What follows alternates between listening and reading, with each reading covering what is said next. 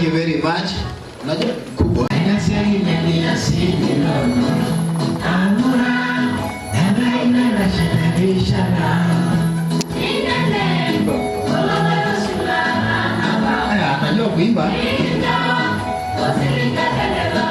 And maybe before I tell you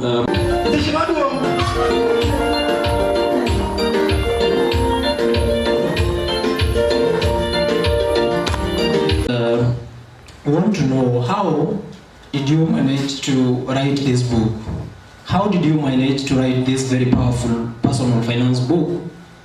If you yourself, we know the list of millionaires, we know the list of billionaires within the country and outside, but you're not one of them. How did you do it? And that is the first kind of question I came across just shortly after releasing the book. And even some had the audacity to kind of ask, how is the net worth, or how much is the net worth? For some cases, people are cheeky a little bit. But I want to tell you that first, I wrote this book in a place of passion, knowledge, research, and real life experiences that I've gone through since my childhood days. In addition to that, I am, in my academic background, is business and economics. I have studied a degree in economics and finance, and so I'm very much knowledgeable about matters finance, about matters economy, and about matters businesses and all that stuff. So asking me how I did it or why I did it, that is why I did it, because I had the knowledge in my mind, and I said I'm not going to die with it. I'm going to share with somebody. Maybe in one way or the other, I will change some people, their trajectory and their financial history in a way that I didn't imagine. And that's why I said, if I had the capacity to write it, I will do it. And I will do it while I have energy, I have health, and I have all the time. Because in most cases, we are in a country where writing of books has been known to be done for old people. And that's why you have been in the past seeing that this industry has been dominated by our brothers and sisters who are a little bit old, and it has never been known that young people can do it. And today, I join a number of young authors who have tried to come out of the box and try to think outside it and try to do and question the status quo of this industry. One thing that I tell people is that there are three assets that are very limited in a person's life. The first one is your health, the second is your time, and the third one is your energy. So if you are telling me that why did I write a book, Strategy to Financial Stability, yet I'm not a billionaire, it's like limiting my capabilities. It's like telling me, or rather, are you telling me that while you are poor, or while you have been, you have grown up in a poor background, you cannot have a dream? Or are you also telling me that when you are poor, you cannot pursue your passions? Are you also telling me that while you are poor, you cannot share your knowledge, the things that you have learned in the university, in all those years you have taken in your education? Are you also telling me that while you are poor, you are incapable of doing research and coming up with something great like this? These are the things that people are limiting themselves with. It is not that you cannot be great. It is that you have allowed to limit yourselves with things like age, things like your financial capacity, and many other things.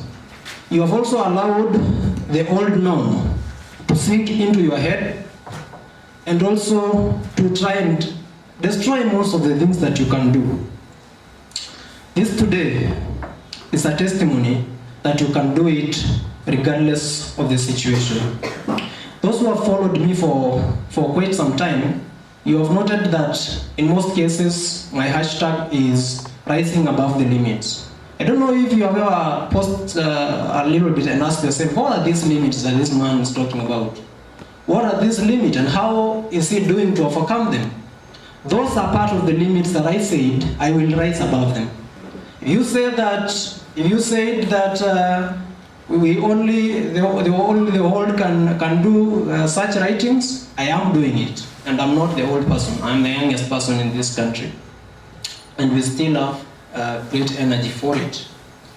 So, there are those things that can limit you, that have been, it's like a system that the community has sold you and you bought it. Because today, when you walk around and you are a young person, you will come across many people who will tell you that, yes, you young people, you are the leaders of tomorrow. You are the people of tomorrow. And you believed it and you bought that idea. And that's why you are nothing today. Because you have not questioned it, you have not challenged it while you have the capacity. You have just sat down and say, indeed I am the person of that tomorrow. But when is that tomorrow going to come true? Are you even sure that they agreed we will make them to give you that, to step down for you, even that tomorrow, even if that tomorrow happens? There is nothing like tomorrow in life. If you can do it today, you just do it today. If you cannot do it, wait until that moment when you can do it. But in most cases, you will find that we tend to follow the majority or what the society has told us. So if the society has defined success as going to the right, and you believed it, and so you start following them to the right, and you try to walk along with them, and you find that is not the way to success, and you did not question it, neither did you have the courage to go the opposite direction, then in most cases you will be lost, and you will only be the blind sheep following the other sheep to the direction that is not very determined, or the direction that does not guarantee your success as a person. And that's why I have wrote about the personal finance book you are seeing in front of me today, because I know that it will challenge, I know that it will have an impact within our societies, within our communities, and within our households, and also on our individual levels. I told you I did finance and economics. And there are 5 branches. Finance is just a general umbrella, but inside it carries different types of finances or other different branches. The first one is the corporate finance. The corporate finance deals with the funds of the companies, institutions, organizations. That's generally what the corporate finance deals with. Then we have the personal finance, things like what this book is talking about. Personal finance is more of your own money as a person, as an individual. How are you making it?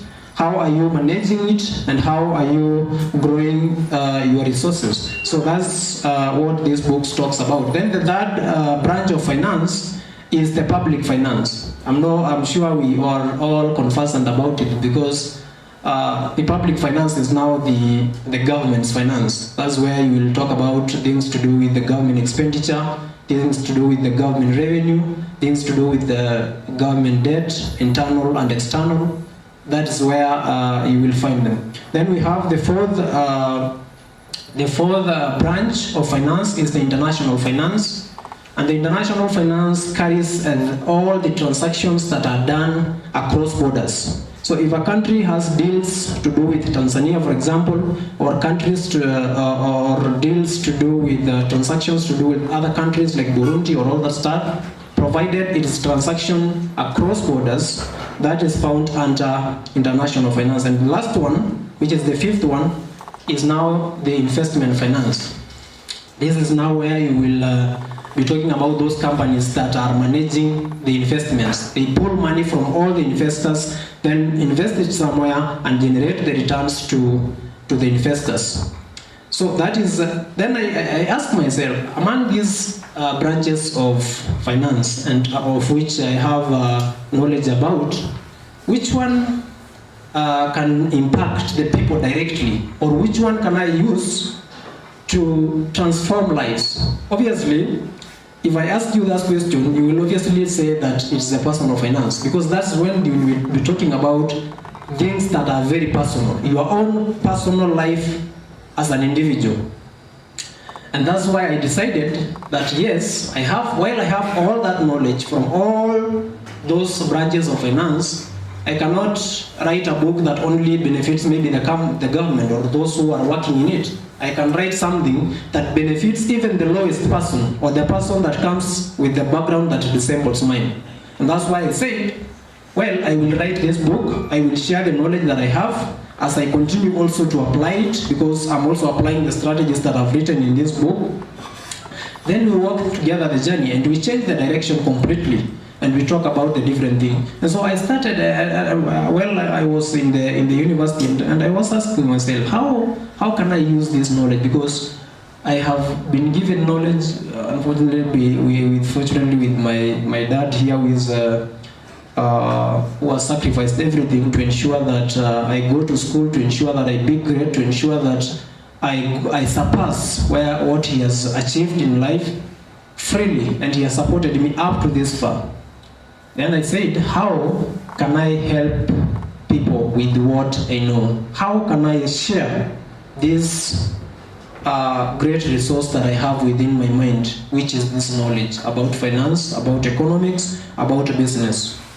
That is where this book, the idea of writing this book came from. And I said, I will be writing about personal finances. I will be educating people about financial literacy, because that is one of the sectors that has been neglected for long, especially in our own education system. Because today, the systems that we have in place, the education system only teaches you about how to manage other people's business. It only teaches you to be an employee, for example.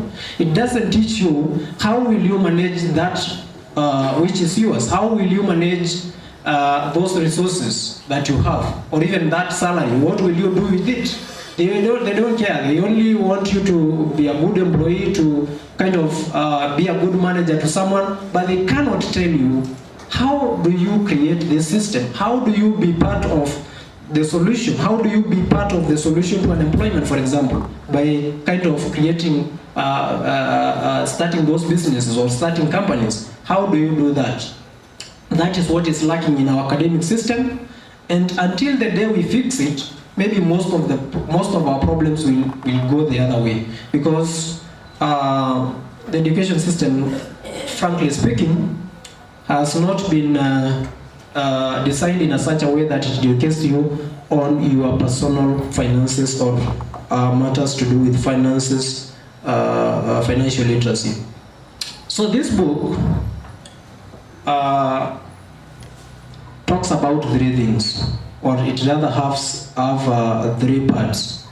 And these 3 parts are the 3 pillars of personal finances. The 3 things that when you are talking about personal finance, you will and you must talk about them. The first one is that now you are talking about your personal finances as an individual.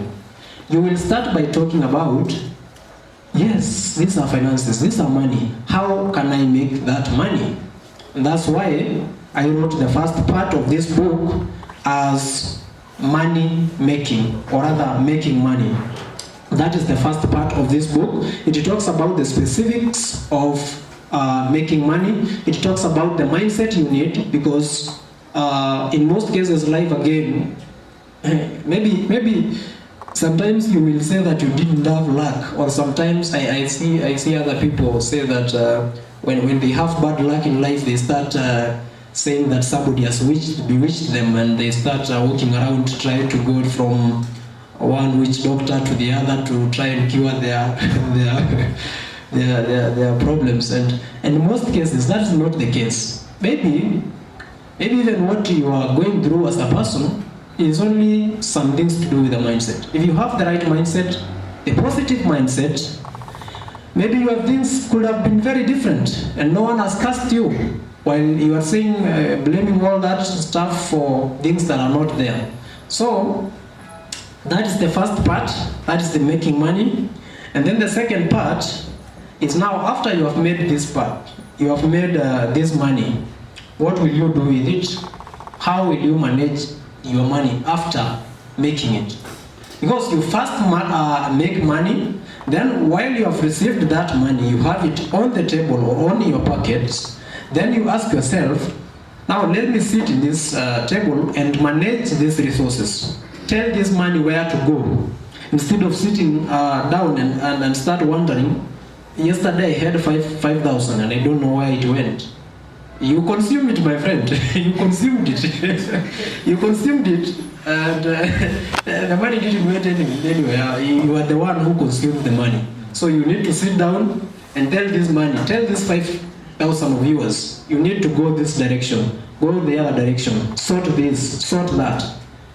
And at the end of the day, you know where your money went. You don't just wonder how I use the money, or start wondering if you misquoted the money or something happened. That is the second part of this book. And the final part, which is the third part, is the multiplying money. I call it multiplying money.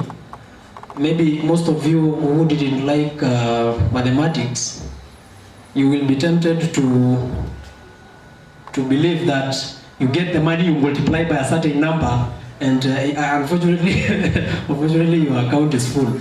That's not the case. The part I'm talking about, multiplying money, talks about the specifics of growing your money. And the only way you can grow your money or kind of multiply it is through investments. So that is what the third part talks about. It talks about investments. It talks about aligning your investments with your financial goals. Not just investing blindly, but you invest with a target. I'm investing, it's like I'm starting a journey here to town or to Nairobi, but that journey is what I call investing.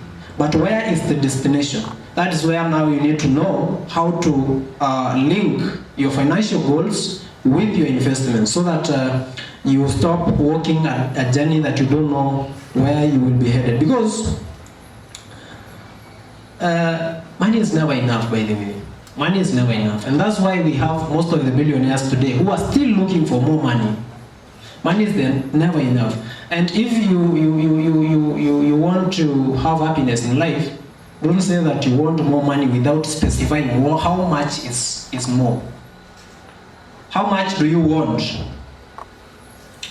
Yes, you want more money, and it's good you have it because it will save you from a lot of mess. But what exactly? What amount? Now, instead of putting the amount, you can put your financial goals. What do you want to achieve in life? Then once you achieve those goals, for example, like the one I have achieved today by writing this book and launching it, despite all the challenges that I've went through, that one is enough to make you happy. When you achieve a goal, one or two, it is enough to make you happy. You don't need anything else. You achieve one goal today, you are happy about it. You think about the next one, you go for it. And that's why you get the motivation to kind of move forward and limitless in a manner that every achievement along the way will make you happy. Because money alone will never make you happy, because there is no specific amount that you should actually have so that you feel happy. Unless you define that specific amount for yourself, you will never be happy with money. The only time money will make you happy is by using it to achieve your financial goals or your goals in life. So I will talk about these three parts very briefly because time is also moving. So I will start with the making money part. That is the first part of this book. Talks about making money. But I will not mention the specifics of making money because I believe you will get yourself a copy of this book. I will only want to talk about 4 things. Number 1, I want to talk about the mindset. And I've just mentioned it now. The mindset, believe me or not, plays a big role in your success in life, leave alone financially. Every moment you have a mindset, just to know that it's the one that dictates the end result of your life. So it's good that you also ask yourself, which is the kind of mindset that I have? Do I have a positive mindset really, or do I have a mindset that sees the possibilities in anything? If you're a young person, maybe you are thinking about writing a book, but you are only seeing the impossibilities. You are only seeing that why should I do it, and yet it is meant for the old people. That is probably the mindset. So most of the things that you achieve in life, and most of them, a bigger percentage of that is dictated by mindset. The kind of mindset you have. You should have a mindset that attracts opportunities. A mindset that sees opportunities in every mess, in every problem. Because look, like for example, we have been complaining about the weather. And indeed, the season have not been very friendly to everyone because it has been very cold. But that season, somebody else is celebrating that season. Somebody else is eating from that cold season. How are they doing it? They are kind of maybe selling the kind of clothes that you need to wear during that cold season. They are producing those clothes, so the heavy clothes that you can be putting on and kind of ensure that you are comfortable even those cold season. And they are selling it and they are making money with it. Any problem, if you have a very good mindset, you don't complain about problems. You find the solutions in them, and you make them blessings in disguise. Anytime there's a problem hits the world, there is somebody who doesn't want even that problem to end, because that's like bringing their income to an end. So they want that problem to persist because they are making money with it. So if you have that kind of mindset that sees the opportunity everywhere, you go left, you see an opportunity. You go right, an opportunity. Back, opportunity. Forward, opportunity. Left, right, and center. I'm telling you, you will go places, and you will be a greatest person that we will witness in our generation. Now, the second thing that I want you to know is while you are making money, we do a lot of deals, a lot of money making deals.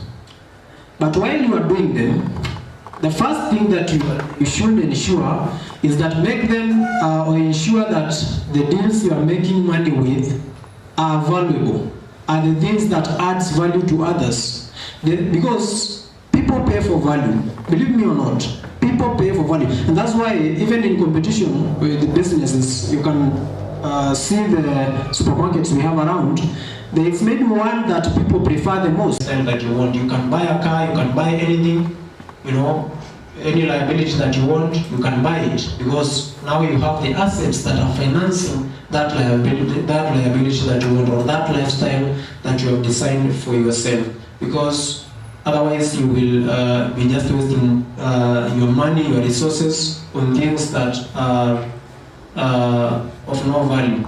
Because if something can only takes money, for example, maybe through depreciation, or for example, let me just give you an example. Let me just give me your phone. Give me your phone. Okay, this phone, most of you could say that it is an asset, while most of you could still agree with me that it's a liability. Now this phone can be both. This phone, if I'm using this phone to generate money, maybe I'm a blogger, maybe I am doing online business, maybe I'm doing anything with this phone, or any deal with this phone that is bringing money to me. In that case, this phone will be an asset to me. In that case, this phone will be an asset. But if I just bought this phone to communicate, browse internet, and just record some videos, have some pictures with it, and I'm not getting any money out of what I'm doing with it, then in that case, this phone will be a liability. Because this phone is taking my money. I use money to buy airtime, I use money to buy data, I use money to buy SMS, and also it is depreciating in value. And if I bought it in 20,000, for example, the time I will sell it, maybe I will sell it at 10,000 or 12. It has already depreciated in value. It has costed me. In that case, it is a liability. A car is the same thing. If you have bought a car and it is not bringing money to you, you have no business calling that car an asset. That's just a liability. That's just a very, very, very decorated liability that you have within your company. But if you have that car and you can, in the evening, you can pick some customers along the way and go home with something, then that car is an asset. Or you have used it for other deals, businesses, or anything that brings money, your car becomes an asset. But it can only become a liability if you are fueling it, but there's nothing in return. That is something that you must master. You must master two things. Be a master of asset acquisition. Acquire assets as much as you can. That will keep generating money to you. The second thing, go and think about passive income. Go and think about passive income in such a way that you can start a business, but this business does not require your constant involvement. It doesn't require your time to be there for it to operate, for it to function, for it to grow. You can start a business, for example, find a trustworthy team, put it there, let them run the business, then you go and enjoy your results, the profits at home. That is a passive income because it does not require your activeness, your constant involvement in that thing. That is a passive income. The income that you are just enjoying while you are sleeping. Most of us here maybe are seated and there is an asset somewhere that is bringing the money. Most of us here are shareholders of some big companies like Safaricom and all that stuff. When they pay dividends, they are paying also to you. When the share value appreciates, your value appreciates along with it. They are making money even at night when they are sleeping. Their businesses are running 24 hours. Those are the things that you must sometimes, because sometimes in life you might think at something and say, really I don't match this one, but I will dare think about it and I will dare do it. And in those moments you will find a lot of conflicts, a lot of fights, because even in the world in the spiritual world or physically also, there will be a lot. You will face a lot of wars, because anything great or that promises to take you far will be met with a lot of resistance, be it physically or spiritually. You have also to know that. But go and dare and do it. You just dare. Question that system.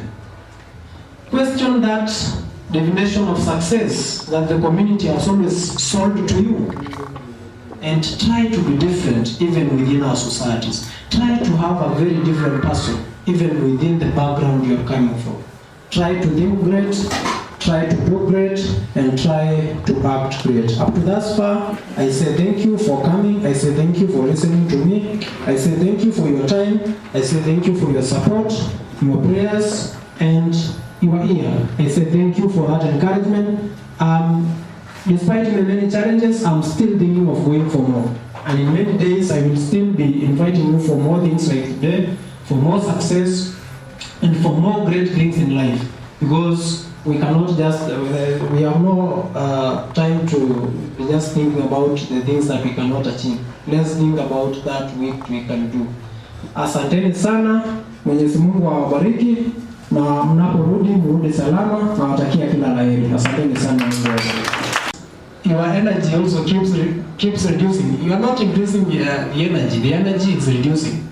So if you can do it and do something with it today while you have it, you are able to secure that future. Because remember, one of the goals of this book is to secure your future. How do you do it? How do you ensure that you are not only depending on active income for the entire of your life? Because what happens when you fall sick? What happens when you are old? How will you be making that money? So you have to master how to make money out of passive income. How will you increase your passive income rather than the active one? And let me give you an example of how people will think that maybe you will think that you are rich, but yes, I don't want to say that you are broke or you are poor, but you have only divided poverty from today to a later date.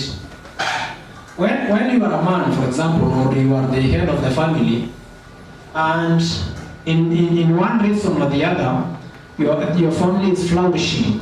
You have a lot of money, you're getting a lot of deals, you have a lot of businesses. But I'm sure you have heard of these cases where when that person who was the master of that family dies, or for example is not there anymore, the wealth dies along with him. What happens?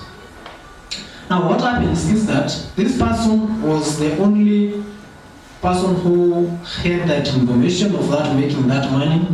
He mastered it, he knows it very well, but they never shared that information with their families. They have never shared with their children. They have not shared, for example, with their wives. So what happens is that once they are no longer here and the wife does not know where the money was coming from, or how that business can flourish, or have some information, some kind of, they don't know much more than their husband. That's now the case where you will have that while you are no longer here, the resources goes along with you.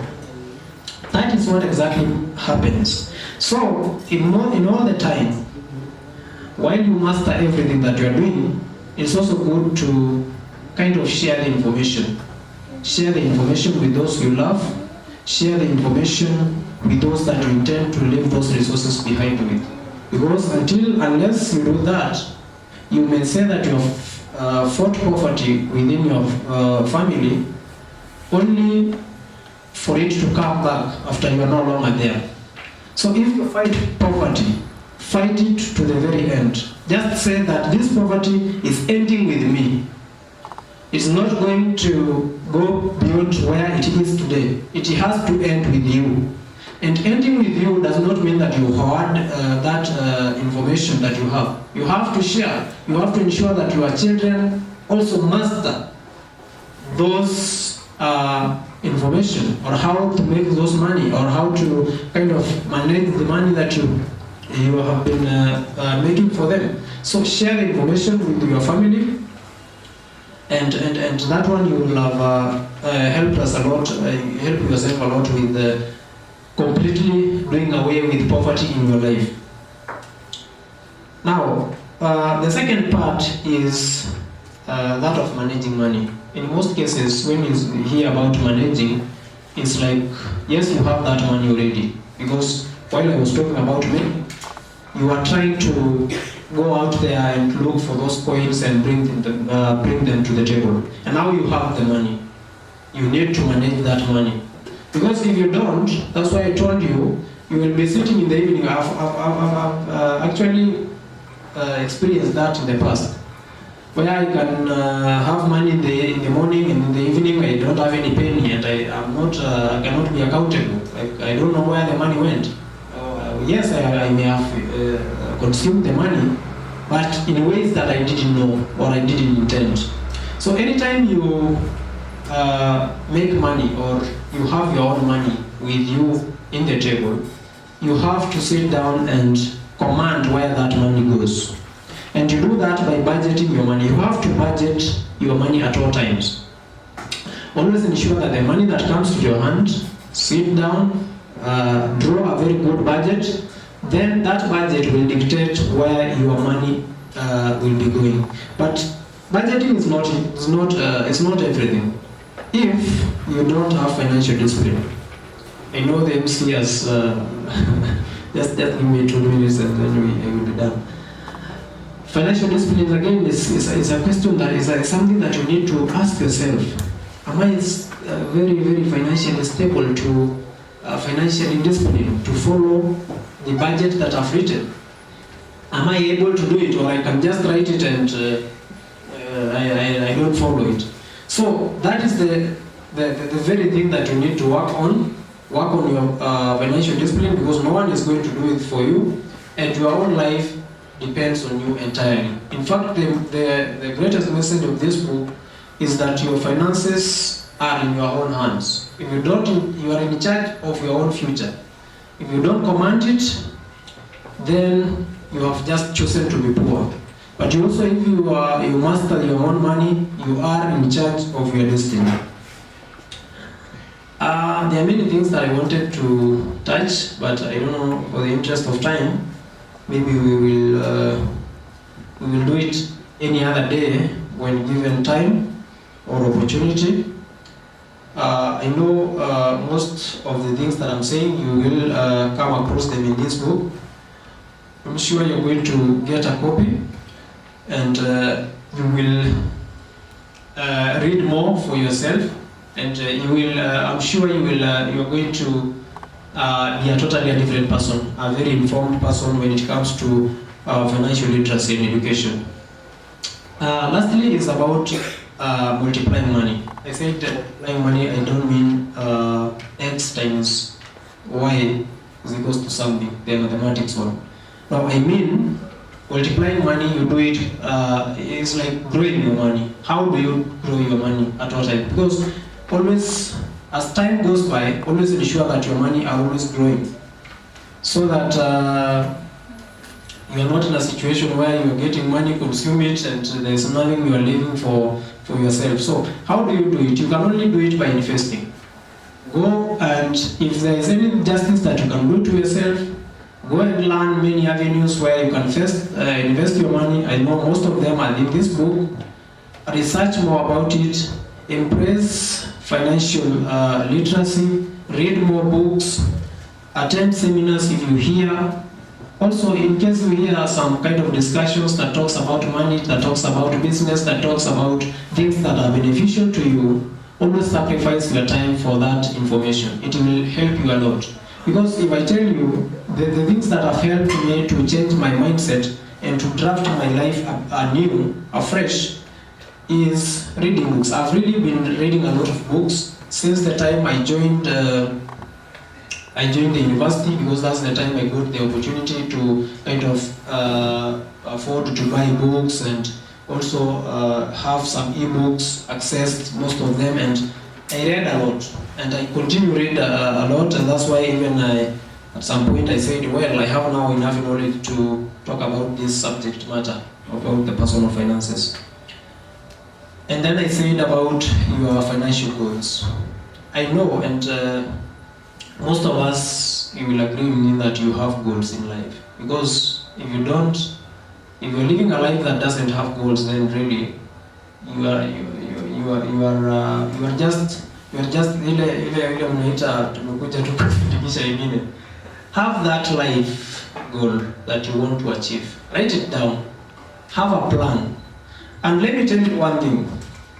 If your financial goals are things that have been achieved by other human beings, that goal that you have written has ever been achieved by another man or another woman, then you too can also do it. There is nothing difficult with that. You too can also do it. Believe me that if it is something that has been proven that it is humanly possible, you are ready for it. You are ready for it. The only thing that you need is a determination, is courage, and a plan on how to get there. Because if you want to get to move from, for example, you are traveling from here to Nairobi, you know that your destination is Nairobi. And in our case, that Nairobi is your financial goal. You want to achieve that Nairobi. So along the way, while you are moving, maybe you will stop at some point and ask your time to check your car if it is maintained and all that stuff, if the tires are all okay. That one is like in challenging, you are asking yourself, I am this far, I've gone this far with this idea. Am I still in the correct direction? Am I still targeting Nairobi as my destination? So you must have that destination in mind. Where do you want to go? Where do you want to go? What do you want to achieve with your finances, and by what time? Because we have many goals. We have short-term goals, we have medium-term goals, we have long-term goals. You must ask yourself today, what is my goals for this year, and how many of them have I achieved? Those are your short-term goals. Then your medium-term goals are goals that you are going to achieve in 5 years' time. How far have you gone with them? How far are you still in track, or you have lost somewhere? You have lost yourself somewhere in the bush. Go and ask yourself those accountable questions, and be accountable to yourself. You are not being accountable to anyone else, because the future is yours. No one else is going to help you to make it. You are only in charge. So take that charge and be the custodian of it. Then you have the long-term goals. Those goals that you want to achieve in a period of 10 years and above. I have heard about the many two-term things and kumi bila break. Now let me tell you something. Do you know those two-term whatever is another man's goals of leading you for 2 5-year terms, which totals up to 10 years? That is his long-term vision, and you are supporting him by shouting all over. So you is saying 10 bila break. What is your plan for those 10 years? Hiyo ni ya kiongozi huyo wenu. But sasa wewe mwenyewe kama binafsi, what do you want to achieve in those 10 years? Yes, you will achieve, that man will achieve his goals, because the good thing, he has specified them. And you are there supporting them to achieve those goals. But then let's now come very personally and on an individual level. What are you going to achieve in those 10 years as a person? By the time he's going to leave office, he has achieved his long-term goal, one of them, because he has several. And that's how they are mastering your minds. But you yourself, you're seated there, you don't have a plan for those 10 years. Then, if poverty hits you, you say your neighbor has cursed you. In most cases, it's not true. It's only that you are missing your life away. Always have that moment, because one thing that helps me to progress in life, I have most of the time with myself. Just I sit somewhere in a room like here today, put my phone aside, switch off all the noise, and ask myself some accountable questions. How far am I with my journey? Where have I come from? Am I still track of what I want? Or I lost myself? Those are the things that we are not asking ourselves. Those are the questions that you are shying off. You cannot ask yourself.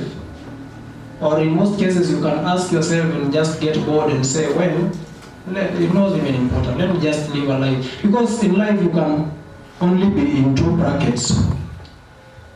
You can only be surviving or thriving.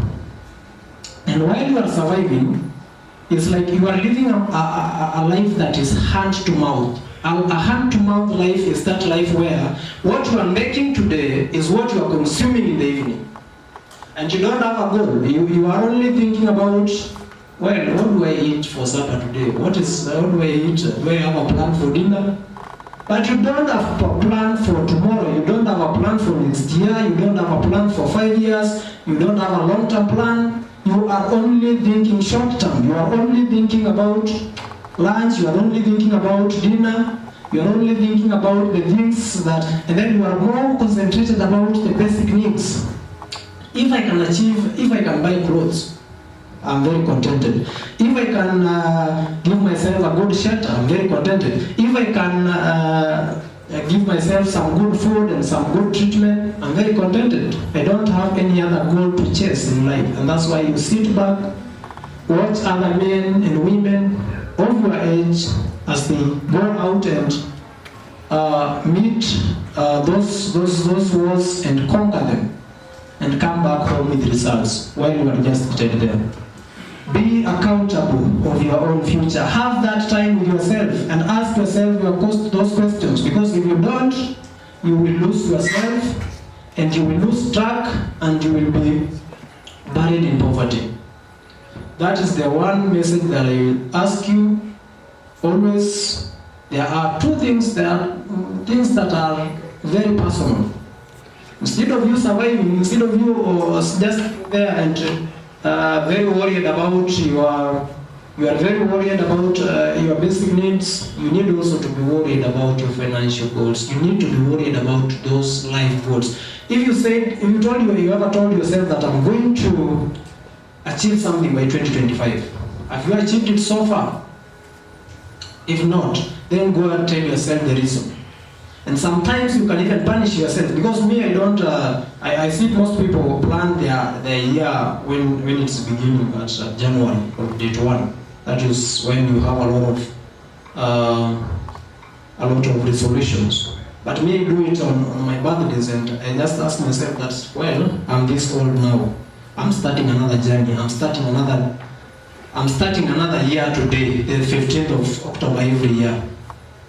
That is when my financial year starts. I ask myself, did I achieve the things that I told myself I was to achieve in this year that's just ended on the 14th of October? If I didn't, I may not even celebrate that birthday, because why? Why did you fail to achieve the things that you set to achieve that year? Go back and do them this year and punish yourself a little bit, because if you don't, when you were children, when you are in school and trying to kind of misbehave, you will be answerable to your teacher. When you are at home, you will be answerable to your parent. But what happens when you become an adult? Who are you going to be answerable to? You misbehave, you just allow yourself to continue. Yes, sometimes freedom comes with a lot of responsibility. And you must ensure that you are answerable to yourself. You are accountable to everything that you do. And finally, I will say one thing, and I'm going to finish. I will leave a lot of points. I had a lot of things for presentation today. But let me just finish with this one. I want to challenge you to always focus on asset acquisition. Always focus on asset acquisition. Especially for our young people, or for my fellow young people. Always, this is the time that you build assets. And by the way, the definition of assets, you may be knowing it on the corporate finance concept, but it's very different when it comes to personal finance. Because an asset in personal finance is anything that generates money into your accounts, or anything that puts money into your pocket. And that while a liability is anything that takes out that money. Anything that comes to your pocket, takes the money, disappears. That is a liability. But the definition may be different when you are now dealing with matters to do with corporate finance. When you define an asset in a corporate finance context, of course, it's anything that's owned by a company that has value. That's an asset. But that is not the case when you come to personal finance. It is something that is putting money into your pockets. So, most of us, we miss the point, and this is how we do it. We concentrate so much on acquiring a lot of liabilities, things that only cost you money, but you're not concentrating so much on things that adds you more money. Because when you get money, then the next thing that you should think about is more money. How should I multiply this? How should I grow it? And that only question you can answer yourself correctly if you ask yourself that by acquiring more assets. Let me just acquire another asset that brings some more money on top of this one. Instead of saying, oh, okay, let me just go and buy some 72-inch TV. It is good to have liabilities again, because you cannot live a life without liabilities. But first of all, before you buy that liability, have an asset that will sponsor you to buy that liability. have something that will sponsor the lifestyle that you want. So before you start enjoying that lifestyle and you are not making anything, I like that. So I want to take this opportunity to sincerely congratulate my brother Daniel for this great stride that you've taken on enlightening people on finances.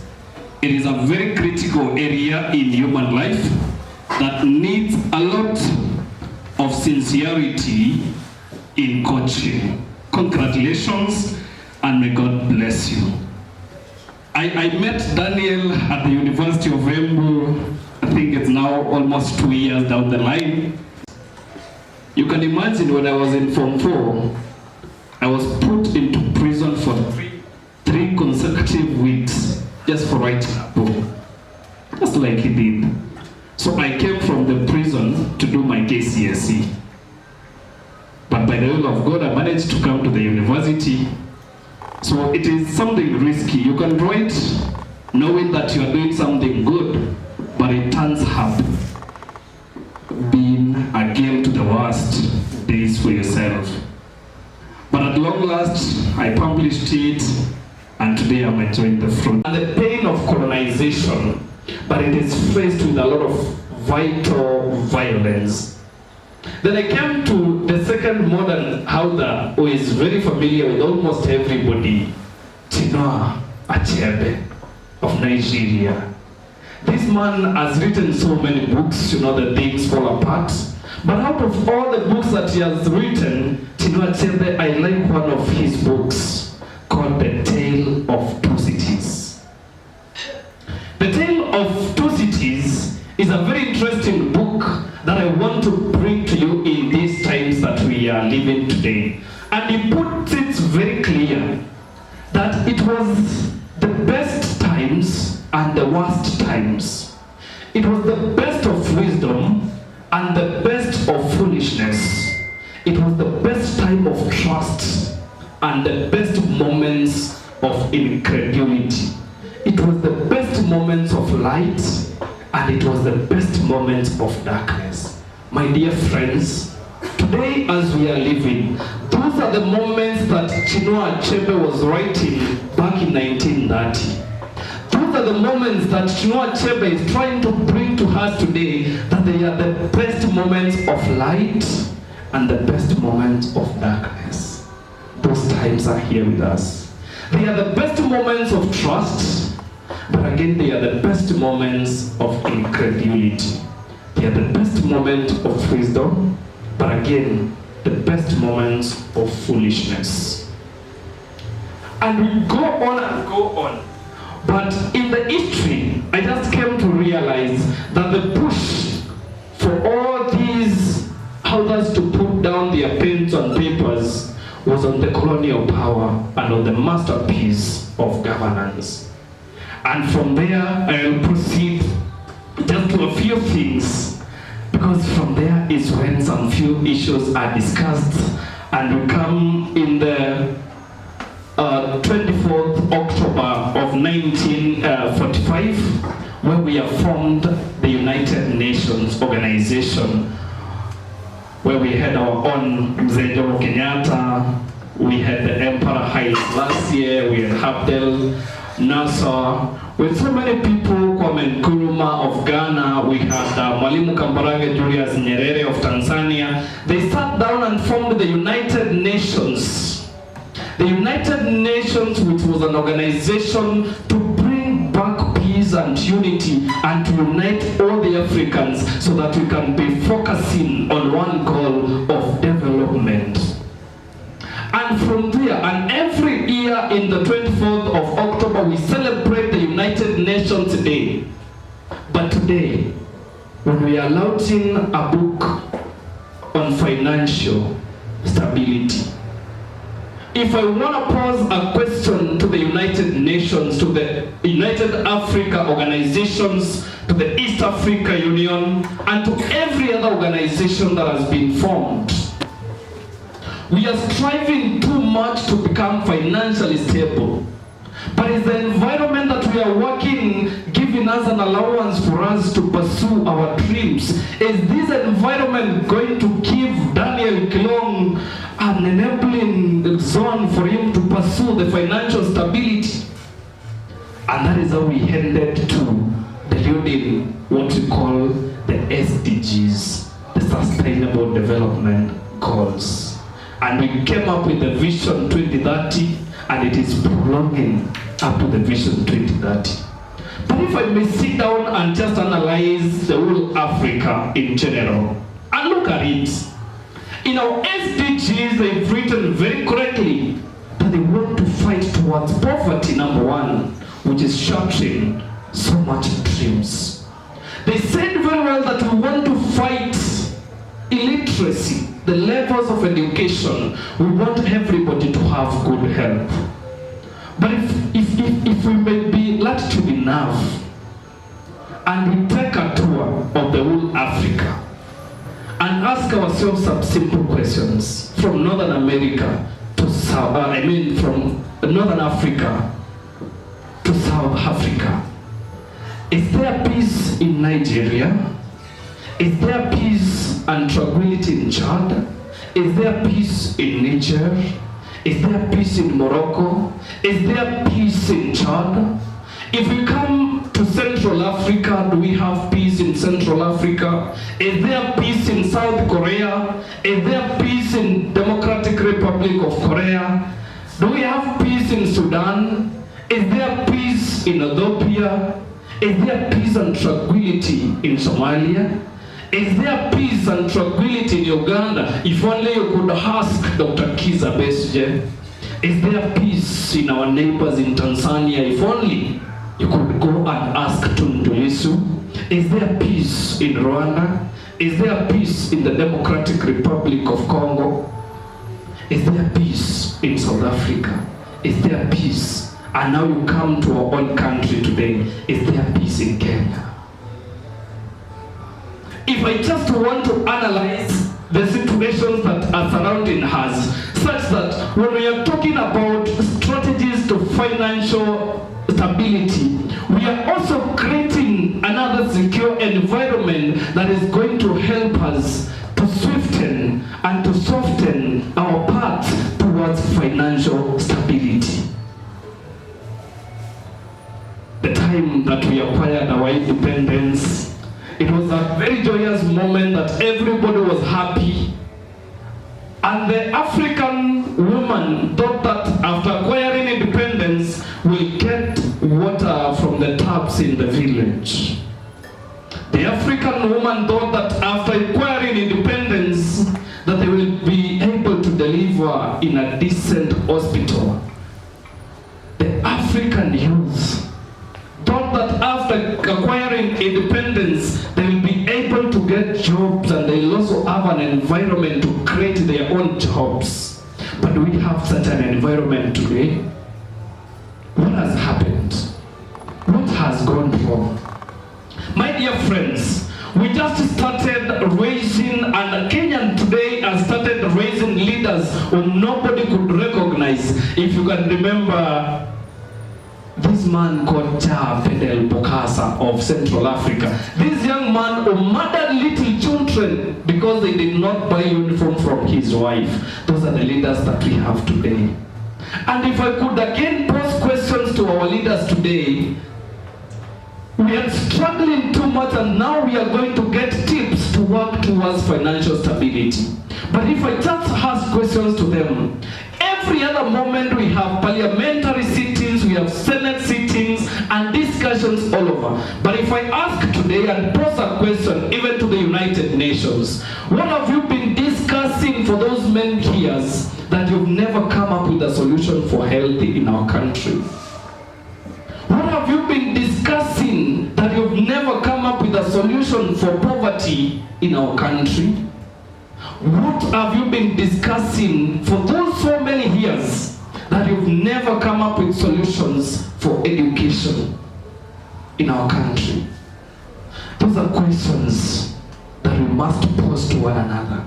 And that we who have been given all the powers under the 2010 Constitution, that now we have been grouped into things we call the ethnic groups, and that what we come to have in our 2027 election, it will never be an election on ideas, but just an ethnic census. We want to define if a combination of the Kikuyus and the Kampas is bigger than the combination of Luos, a little Maasai, and some coastal people, such that it is just an election which is based on ethnic census. And with such an environment, my dear friends, we cannot walk towards financial stability.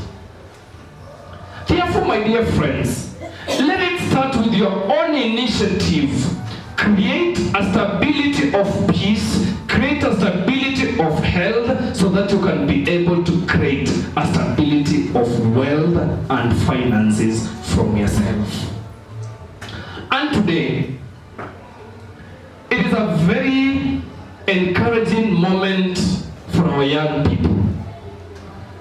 I heard my brother talk about the people who are asking him, your net worth since you've written a book on financial stability. Then I remembered a tweet that I was watching at some months ago. A young man who had written a book on how to make money, just a documentation of around 20 pages, how to make money.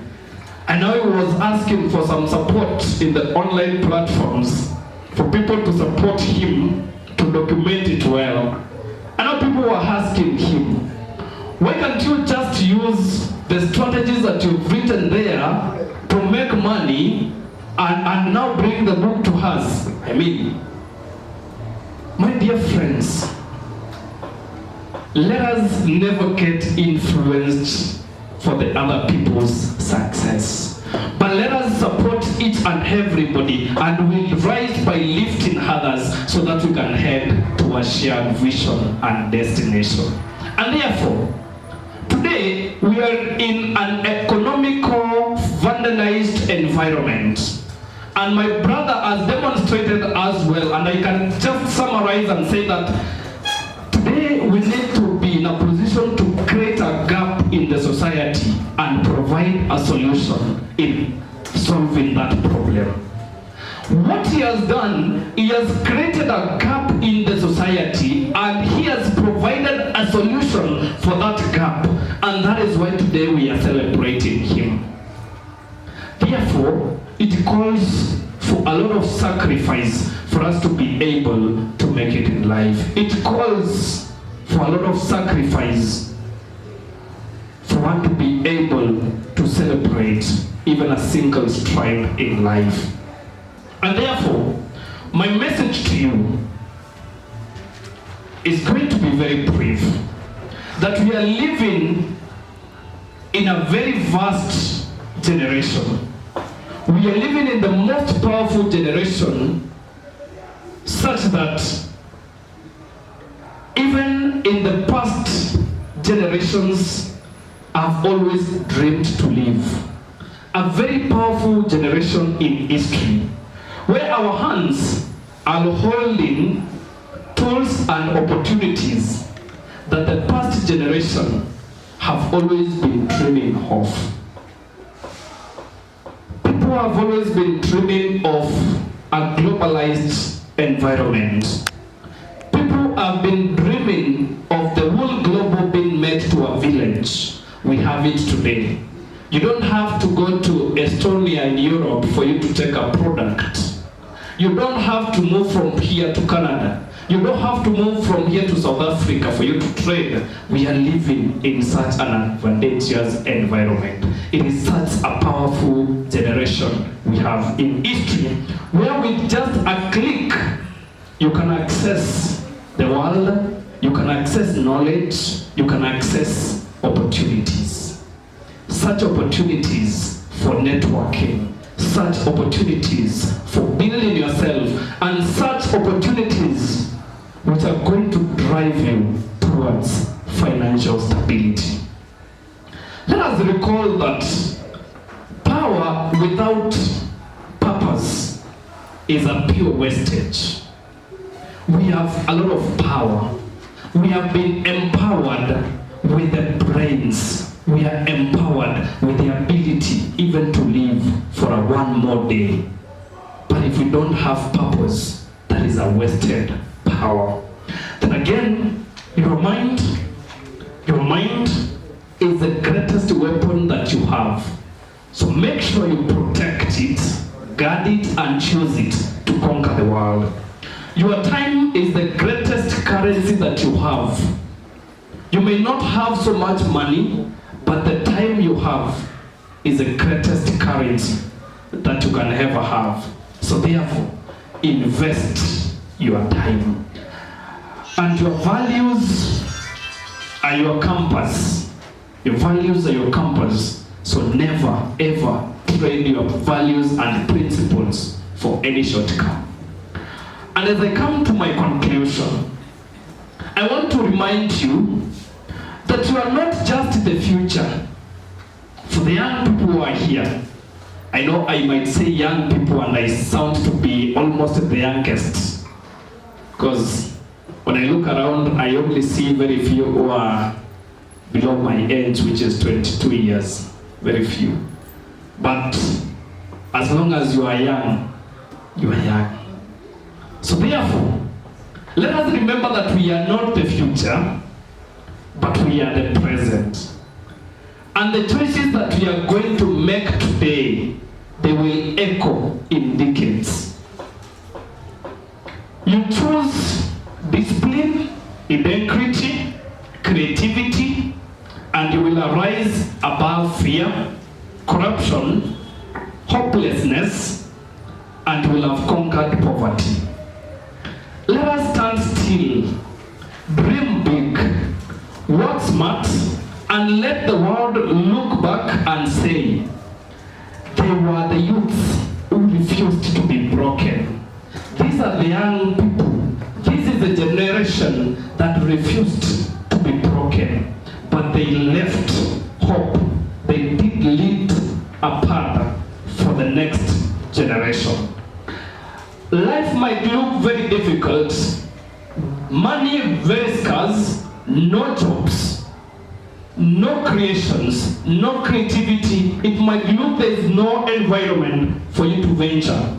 But always remember that even those who made it, the great entrepreneurs, the great leaders, the great thinkers, they were dealers in hope, and we already have been instilled with hope. They were dealers in determination. They were dealers in resilience. They were dealers in hard work. And finally, do not let poverty define you. Use it as a challenge and as a lesson. Learn a skill, no matter how small it looks, learn a skill. Save, no matter how little it seems, and dream, even if the world doesn't give you a chance for you to dream. Economic struggle is just a temporary situation, but the struggles that you are going to make to become financially stable, discipline and hard work, innovation and creativity are going to carry you towards financial stability. Therefore, let us be united with one purpose, with an incredible desire and aggression, very ambitious to work towards our financial stability. Thank you so much, and I wish again to congratulate my brother as I conclude. Let us keep supporting him, let us keep supporting everybody who rises to the same agenda, and let us keep helping our young ones to rise and helping them not to become subjects to the local malfunctions which are going to put them into poverty. Thank you so much. Thank you very much for that great speech. We've learned a lot.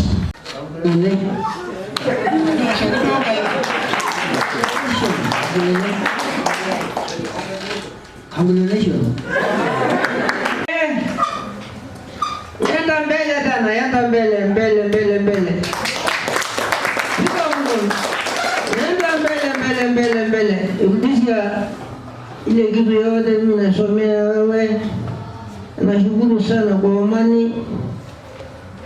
Iko amani sana. Najo, asante sana, kwa shukuru sana. Kwa maneno mimi hakuna mingi sana, mimi nafurahi sana. Kama kupanda mbegu. Si tunajua mbegu. Mbegu hata ikiwa kwa nyumba, ianguke tu chini kidogo, hata kama ni hapa na kuna kamchanga kadogo, utakuta hiyo mbegu imefanya nini? Mbegu itafanya nini? Kwa nini inamea? Kwa sababu imepata sehemu yake ya kufanya nini? Ya kukua. Sasa Daniel vile alipelekwa Tuambie next week Friday na gari. Yoko na miwani ya kuona kesho.